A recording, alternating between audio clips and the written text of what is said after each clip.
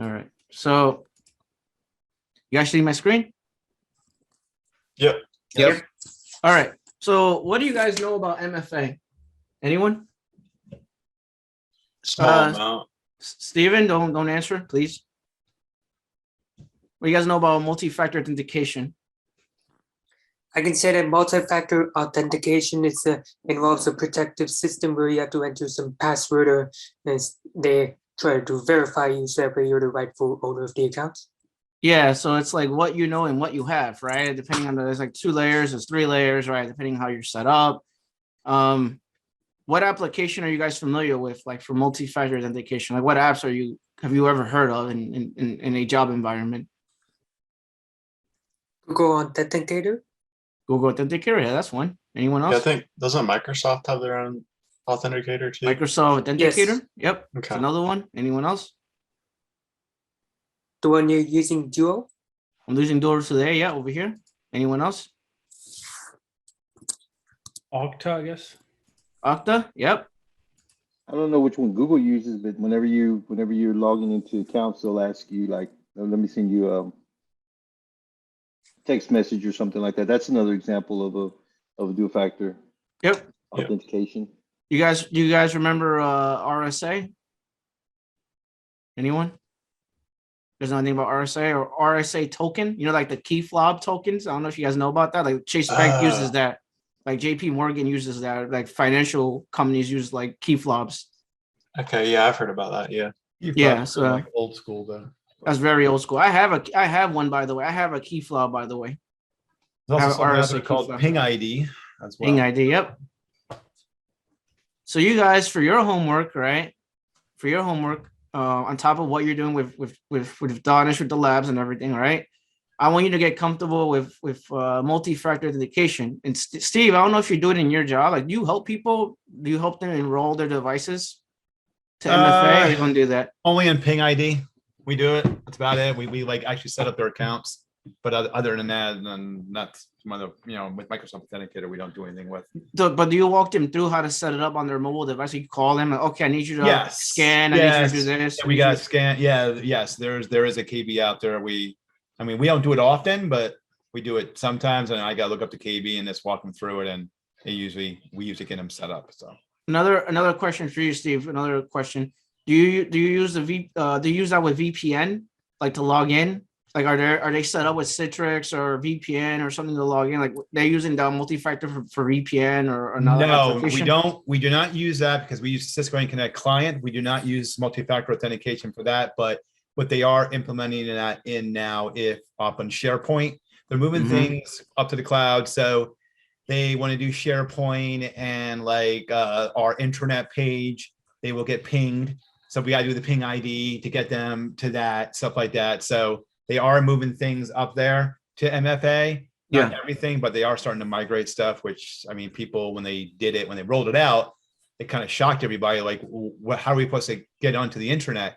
It's like, well, you got to download the Ping ID. And of course, people didn't want to do that through their personal phones or their work phones, but there's ways around it that you don't have to get the Ping ID. They made it so there's like 2 ways around it. So but I actually download it and it's fine. It doesn't do anything. It's just all it does is just you slide your finger up, boom. As long as you're registered, you're like, good to go. So cool. Yeah. So you guys, for me, like depending on the job you work, the reason why I'm sharing this today is because you got to know how to set it up for a user or a client. MFA is very important because you may have it set up where you need to connect to VPN, but you have to allow it first on your phone to connect to VPN. Also, a lot of people are not tech savvy. Steve probably knows this. A lot of people are not tech savvy. So you may have to walk them through doing it on their phone. Like, what am I doing wrong? Why is it not downloading? Or why is it not working? So you have to walk them through. Yeah, I need you to go to the Apple Store. Oh, I need you to go to the Google Play Store, right? And then set it up, right? And you have to walk them through. Okay, so this is how it's gonna work. You're gonna get a scan bar, you're gonna barcode, you scan it, and then you set it up on your device. And then I want you to log into blah blah blah website, see if it works, and then you should be good to go after that. So Steve's sharing a picture. So I see it, Steve. Yeah, I see some of it. Oh, see the numbers there. Yep. I see it. Taking a bunch of numbers. Yeah, so you got to know how to do that. That's like very important. And the reason why I'm going over this is like one of those things that if you and just so you guys are aware, MFA, what I'm teaching you today is not level 1. So some companies that'll be considered like level 2 or like service desk or something else. So whatever I'm teaching you today is a little more advanced. So what I'm gonna do is I'm gonna log in as the admin, right, for Dual. So I'm gonna give everyone here an admin account. So just send me your email after this session is done. So I'm gonna log in here with my email address. You guys know my email address, right? I'm gonna hit continue, and I'm gonna put my password in here, right? And I have to allow it on my phone, right? So I have Dual on my phone. So I'm gonna do send me a push, right? Now, So explain for the people out there what exactly those 3 options are before you click off of it. Just so people know. yeah, so you have You have 3 options. you have 3 options. You have send me a push, you have call me, and you have the text. And if Or the code. if I was a user, well, what does push mean? What does push mean, Kevin? So push is it sends like a notification to your phone, and you have to allow it on your mobile device. Okay. How about text me? Text me, it sends you a text message with a 6-digit to 8-digit code. You have to input that on the web browser on the website to log into this thing. And what was the third one? Call me. Call me. I guess that just basically calls your phone. It calls your phone and it says press 1 to log in to allow the authentication. And you Okay. log in. So it's 3 different ones. So that's how it's set up in a job environment. And if you notice here, there's this thing called protect application. You could actually create an SSO, right? Or a login or an MFA here for on your own if you want to practice, right? It has BumGuard, Cisco VPN. Remember I talked about VPN? Checkpoint is there, VPN is there. All this other stuff is there. CyberArk. Steve, you know CyberArk? Maybe you do, maybe you don't. I don't know if you know CyberArk. There's also F5, and F5 is kind of big on VPN clients. I don't know if you've ever seen this before, but it's kind of big. It's a big deal. And then Fortnite, whatever, FortGate, it's actually a big deal. Huntress is a big deal too. Jira is there too. Look at that. It's cool. It's like so many things here. Microsoft, look at that. Look at this. It's cool. Anyway, so what I wanted to go over with you guys today is like the user side of things, right? So here you click on users. And you guys don't gotta take notes or anything because obviously this is recorded, right? So you see here it has my name and it says Kevin Polnario. It says never authenticated. So this is my non-admin account. So I have 2 accounts. I have a regular account, I have a non-admin account. So in a job environment, if you work in an IT job and you're doing MFA, right? You have this button called directory sync up here, right? Obviously, I don't have the feature enabled, but basically it allows you to sync your users from Active Directory to this portal. So if you don't want to wait till tomorrow, because they have like a sync cycle. So what that means is basically it syncs all the users every 24 hours, right?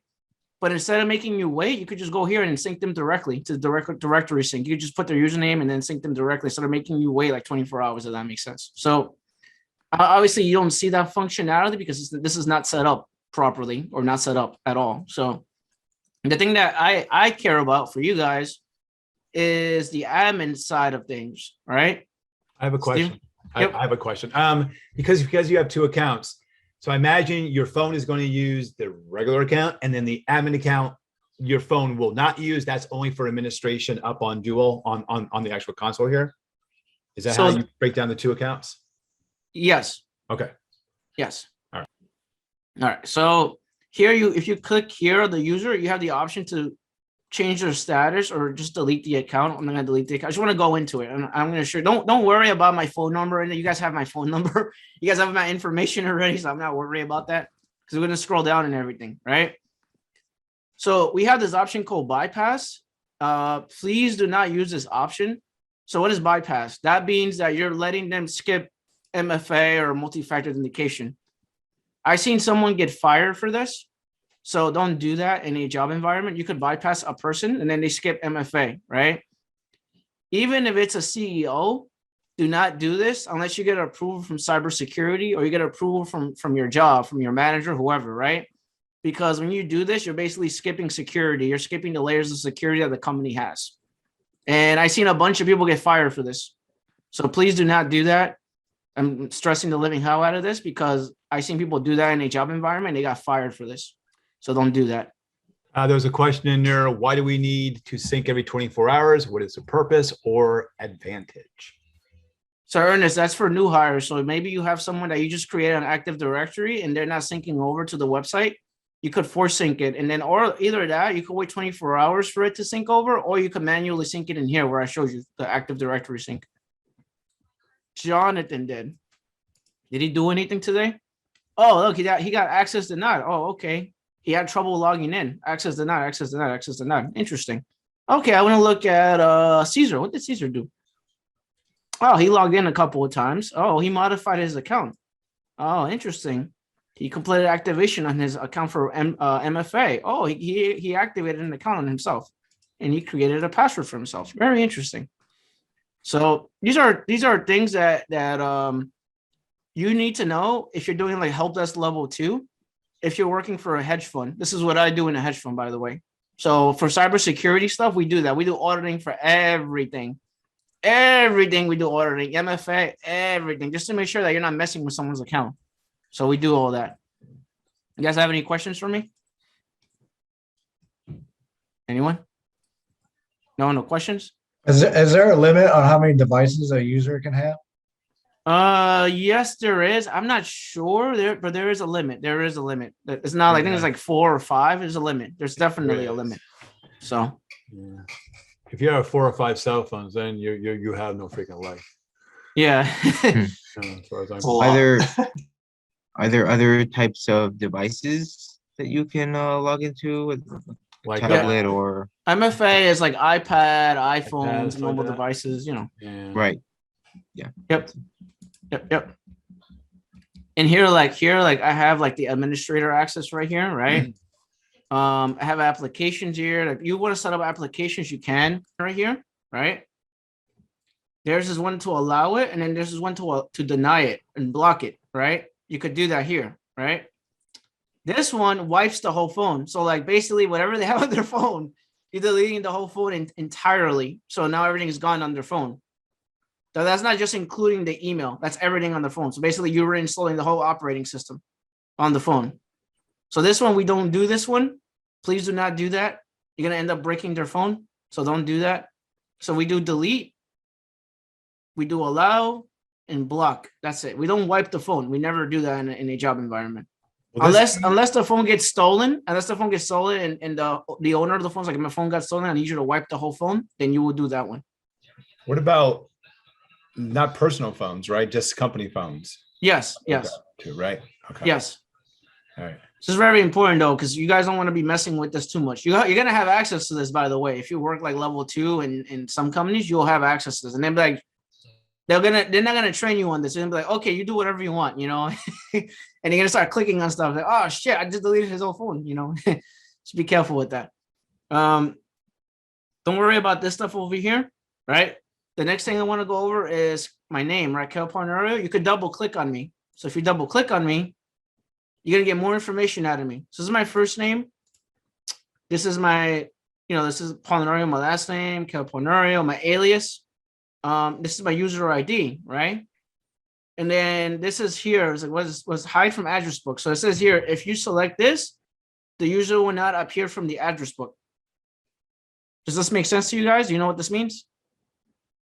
Anyone? Guys? Ron?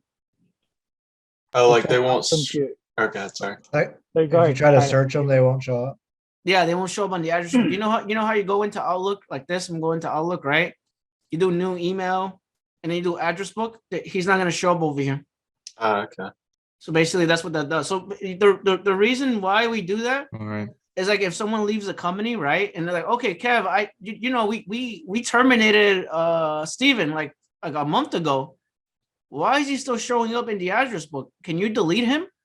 We're not gonna delete the account. We never delete an AD account. We never delete a mailbox. We keep a mailbox for a bit of time for HR compliance reasons, right? So instead, we hide it from the address book. You check mark this and you save it, and that's it, and you're done with that. Does that make sense? If you guys read that though, it even look at that. It even says he'll still receive email sent to them, even though he's not showing up. You guys keep on sending it to Kevin all the time. I guess they can just go back in that mailbox and see who's, I guess, sending it to him. I don't know why that would. And the moment you delete, the moment you delete the ID, the next day you get a call. Can we edit that user information? Well, what? We just deleted that person. Yeah. Yep. So many times, even if after 6 months you delete it, and then somehow naturally, whatever happens magically, you get a call after like a week or two. Hey, we need that person's info. Yeah, no. So don't delete, man. Please do not delete the account. That's very, very important. Just the account. In my job, I'm not sure how Steven set up. In my job, our mailboxes and their IT equipment, we keep it for 90 days before we do policy. Like if you are confused about deleting or something because you're new, you always want to go back to your managers or whoever are the top, like above you or coworkers. Hey, what is the policy of deleting a mailbox? Now, I'm sure they may have a policy, and once the policy says 90 days, yes, after that, because the policy says 90 days, right? You still don't go there because 90 days happen, so I'm just going to go blow up this account. You always want to go and ask managers or whoever is there, because some people are directors. They may have a very important information in their mailboxes, and you always want to confirm that, like very much from a higher up, that you got that in written, like in an email. So next time somebody comes to you, hey, why did you delete this account? Well, manager told me to delete this. After 90 days, I asked it. So you got this little data to back you up when you do something like deleting stuff or something removing stuff, because you always want to have that defense with you, when things goes wrong or somebody has to, hey, why did we do that? That's the thing I teach everyone, even Steven, like always cover your ass. So you're going to get in trouble if you do certain things. So make sure you have a written email or something, even a ticket, whatever it is, like submit a ticket, something, right? I don't want you getting in trouble for that. Sorry, Danish. I don't know if you want to say anything. I have a question for Danish. So the person leaves the company after 90 days, you go ahead and you delete the account. Is it really gone, or is it go somewhere like recycling bin, or gets moved to the side going, all right, he can't receive anything more. It's deleted, but it's not really gone.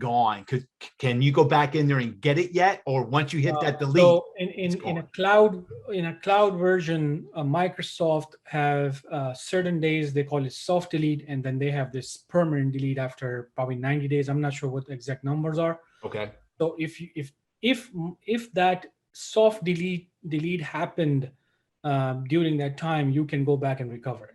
Okay. If the permanent delete happened, there's absolutely no way you can even go back to Microsoft and they will say, no, thank you. Now, because people are moving to cloud, so you have to make your policies exactly matching that well, because you cannot have a policy that go beyond that 90 days where it's permanently deleted. I mean, I don't care how you do it, but once they delete it, it's deleted. Now, some companies, what they have done, they bought these third-party tools where they bring the Microsoft mailbox locally, like in-house. So they kind of download it, right? They save it into their own servers. So they may have a more like a 6 months requirement, because there are a PCI requirement after that too. PCI is more like, credit card companies where you cannot keep the personal information or data for a certain period. So then you have to comply with that. If your company is a PCI compliance company, then there's no way you can keep it for more than 6 months. You have to delete that. Okay, thank you. And even if it's backed up in tapes or something like that, you have to also delete that. Because one of the companies that I was working for, the company got sued because they kept a backup, and then on top of that backup, they replaced the backup. Basically, they overwritten the backup, but they didn't delete it. And they got sued for that. Imagine that. So the company is saying, well, it's deleted, it's overwritten. But technically it's not. You did not delete it. And they had to pay $250,000 fine. Jesus. Nice.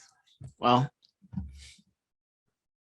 you guys are good, right? So far, so good. This makes sense. Pretty easy, right? It's not exchange Yeah. is not. It's Yeah. not hard. Yeah. Kevin, Don't get overwhelmed with it. Follow. Hey, hey Kevin, could you do me a favor and then like, show how to toggle between the classic look and the new modern look? Because when you first log in, you're not gonna go into the classic.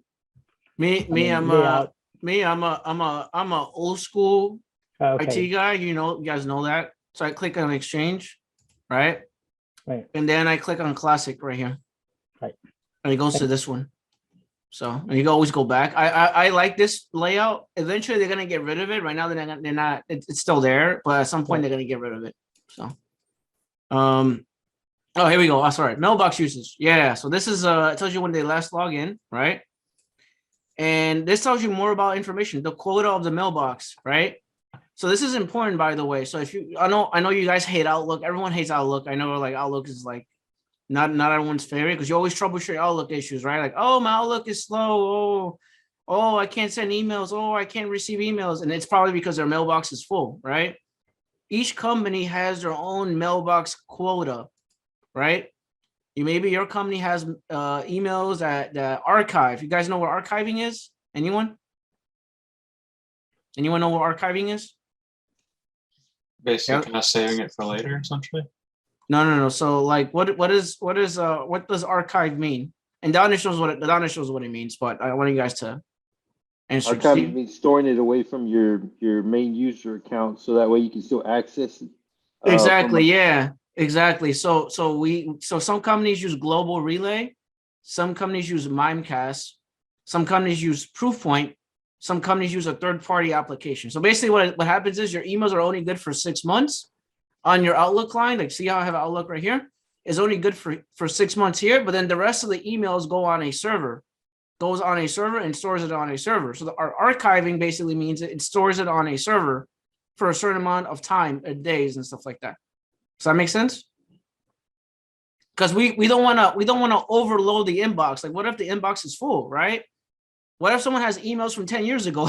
We're gonna have them emails from 10 years ago on Outlook. That would be crazy, right? The Outlook will keep crashing over and over again. So you gotta have some sort of retention policy. Ernest? Too, I noticed. I just wanted to add and see what you know about it. I noticed whenever I have some older emails, if it's 6 months, for example, and I got to pull them, sometimes it takes a couple of minutes for me to pull them. So the archives also get bundled up. Do they get zipped and stored on the server, or do they stay the same? Or do they get compressed, or are they the same size?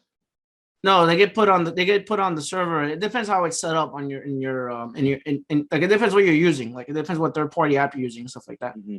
But it does get set up. Sometimes it takes a little while for you to retrieve them. Yeah, it does take time because it's going through a server and everything. It takes time, man. It's not gonna be fast. Okay. It's not gonna be fast. Like, unless you're paying a crazy amount of money in a hedge fund, it's different, But Darius, you want to add anything to this archiving? I'm not sure if you're there. No, not really. I mean, yeah, like I said, a lot of people, when they are using Microsoft Office 365 Cloud now, if you look at it, there's so much space now, right? Like 50 GB. But some companies are still using a hybrid type of environment. So yes, archiving is still important to know. I made you a host by accident, Darius. I can't click on anything. Yeah, I need to put you back. Hold on. Yeah. But you guys have any questions about this? And actually some companies. I was about to kick Kevin. Some companies still use PST files. Do you guys know what they are? Yep. Well, I know you do, but do they? What kind of files? Sorry. PST. Personal storage table files. Okay. No, I haven't heard of that. Do you know what an OST file is? No. Offline storage table. I'm sure Mr. Kevin will show you one of those on his machine. I'm sure if he has an OST file. I don't know if he has an OST file to show you or a PST file. But so, like, our companies block the PST files now. They used to be able to do it, but they're not allowed to do it anymore. So now they have almost like a terabyte of storage for their emails per user. It's crazy. But we also use OneDrive, I think, to back up too with it. but you guys should get used to OST files and PST files, because I'm sure some companies still use the PST files, but Yep. we actually block them. But I'll people look- use that. All the data files right here. So does anybody know what the OST file is? Raise their hands. Anybody? We're all shaking our heads. That's very important. How about a PST file? Raise your hands. Boy, we're hearing crickets. Oh, Justin might. Yeah. No, No, I was definitely no. nodding no. But please enlighten us, Stephen. Okay. All right. The OST file. The OST file is located up on the Exchange server. So if you would blow away the profile and re-download the profile, that comes from the Exchange server. That will never, ever go away. So you won't lose that. The PST file is local on the machine. It is on the C drive. All right. It is local. So if you blow away that file, or let's say the user's profile gets corrupted and you can't get any information back off of it, but the hard drive takes a dump, you lost them. Anything on the OST file comes from the Exchange server. That's up in the cloud. It doesn't matter if you blow the profile away 20, 150, 1,000 times. It doesn't matter. You're going to get the same exact OST file every single time. It doesn't matter. You can blow it away to your heart's content. Go for it. I was gonna say, not to interrupt you, Steven. Just what I was gonna say, don't blow up someone's profile. Be careful with that. Right. Do not do Right, that, because you don't know how many emails they have. You don't know Okay, that. here's another question for you guys. Well, hopefully you check it out before you do it. But does anyone know how to recreate a user profile with Outlook? Has anybody ever done it? A lot of shaking heads out there. Maybe Kevin will show them how to recreate a profile. It's very, very simple to do. Takes a couple seconds, really. This is something that you guys will be doing. This is Helpdesk. This is, I do it sometimes just for, testing purposes. You see what he's doing there? Yeah, it's not gonna sync automatically because I have to put my password and everything in. But yeah, go in there. But did you see what he did? Maybe go a little slower. Can't cancel out of that. So when you're looking in control panel, guys, you want to look under, what's it called? Mail Microsoft wholesale Mail Outlook 32. It'll say a couple of different things, but you want to go into that area. And this is where you manually create the profiles. When you first launch Outlook for the very first time, it'll just create an Outlook profile, but he can name that anything he wants. Bob, Dan, whatever. And then he hits okay. He'll close it. He'll make sure that he opens that new profile. He'll open up Outlook. And then what it's going to do is start communicating with the actual Exchange server and start pulling down that OST file. And you just sit there with your going like this, going, okay, this guy is over 25, 30 gigs. This may take a while. And you just sit there and just watch the fireworks, and it's going to go in alphabetical order. Out inbox first, then it go to your outbox and send items, and it just goes right down the actual pecking order. Then it does all your contacts, calendar. Yeah, the calendar stuff. It takes a while. So if you're so let's just say I had a user this week where I had to swap out his darn machine. I'm like, you got about 25 gigs of emails. I am not going to babysit 25 gigs of emails. I gave them the laptop. I said, just keep the Outlook open. Now, exactly. Yep. That works. During that download, though, the user may not get new emails. I don't know if Donis can correct me on this, but I think it actually halts that until it gets done doing it. And then all of a sudden new emails will start popping in. At least it used to done that years ago. I don't know if they changed that little philosophy, but I don't think the user can receive any new emails. So if someone's saying, I haven't received an email for like an hour because your Outlook is still updating the OST file, and it's your profile is still being created. So you won't get it until it's done, and then it'll say, oh, there's some new emails, pop them in. That's why like I tell people, be careful when you blow up someone's profile. Please do not do that unless it's like the last resort, right? You obviously they have add-ins and all that other stuff, right? Like open up Outlook in safe mode, disable add-ins, just try other things first before you create someone's profile. Because just imagine, right? You're working with a CEO, right? He has 50 gigs of an Outlook profile, right? And he's like, man, I'm gonna have to delete your profile. You delete that profile, he'll be there till tomorrow. He won't be able to use Outlook. And it's agonizing. He's gonna get mad at you. He's gonna be like, what are you doing? Really hard. Yeah, you don't want to do that. So but then again, it's not our fault. It's not the Yeah. help desk fault. It's not your guys' fault. It's that the person just likes to hoard emails. Yep. But some of these guys, they hold them on for years. It's kind of like, why do you save so many emails? Well, you never know when that day will come. Okay. Yeah. Whatever. So Yeah. yeah, so it's important that you be careful with Outlook, because when you delete someone's profile, I don't know if Steve knows this, but when you delete someone's profile, you're deleting everything. So what does that mean? You're deleting their view settings, how they had it set up with views. You're deleting their categories. You're deleting the color of their emails. You're deleting all their other personal preferences when you're deleting the account on the Outlook profile.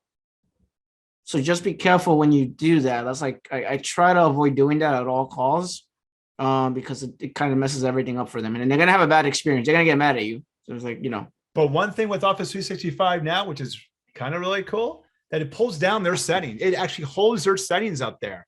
So the one guy I did this week, it came down in dark mode and all this stuff. I'm like, whoa, okay. Like, that's pretty cool. It actually saved his settings on a brand new machine. I never logged in. I mean, I logged in as him. And all of a sudden I was like, whoa. He goes, yeah, I have it set up that way. So now Office 365 is even getting the configuration file stored up there.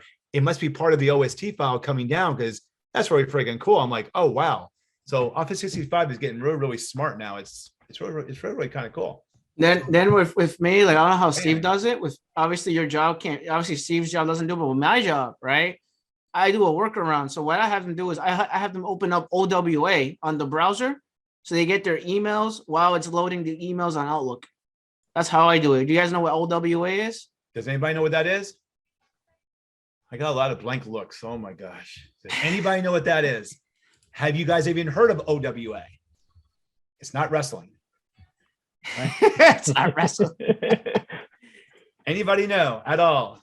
This is very important Is too. that Outlook web application or web access or portal dot? Web access. Very good. So it's basically this, like, you tell them to go open up to the browser and go into the browser and basically open it from here. Instead of opening it from here, it's here. So they could temporarily work and do their job here while this is downloading all the emails. So it's like Gmail or like Yahoo. Basically, you just go to, it's the same thing, but theirs is called OWA. Outlook Web Access. Yeah, that's like it's like a workaround, because you want to, if you're blowing up someone's profile, you want to give them a workaround, right? As while they're using their emails, right? You don't want to just blow up their profile. Okay, I'm gonna have you log into OWA for the time being while this is downloading all the emails. Does that make sense? But then again, think about this, guys. I mean, you open up this, the guy's receiving, him or her is receiving emails. Everything's working. It's like, okay, there's nothing going on the back end. Leaves me. So we're going to come back now to the client. Okay, what's going on with your profile? Is there something goofy going on here? Because OWA is going, I'm happy, I'm getting emails, I can update stuff, so you got to like, it's good troubleshooting too. Like, it's good troubleshooting. Like, if what Steve says is absolutely right. Like, if Outlook is not working for some reason, but they're able to open everything on OWA, then there's something wrong with Outlook. There's something wrong. You may have to repair it. You may have to reinstall it. You may have to delete the profile, create the profile. So something recently changed that's affecting their Outlook. So if they open it fine here on OWA, there's something happened on Outlook. Something wrong with Outlook. So it's good for troubleshooting too, obviously.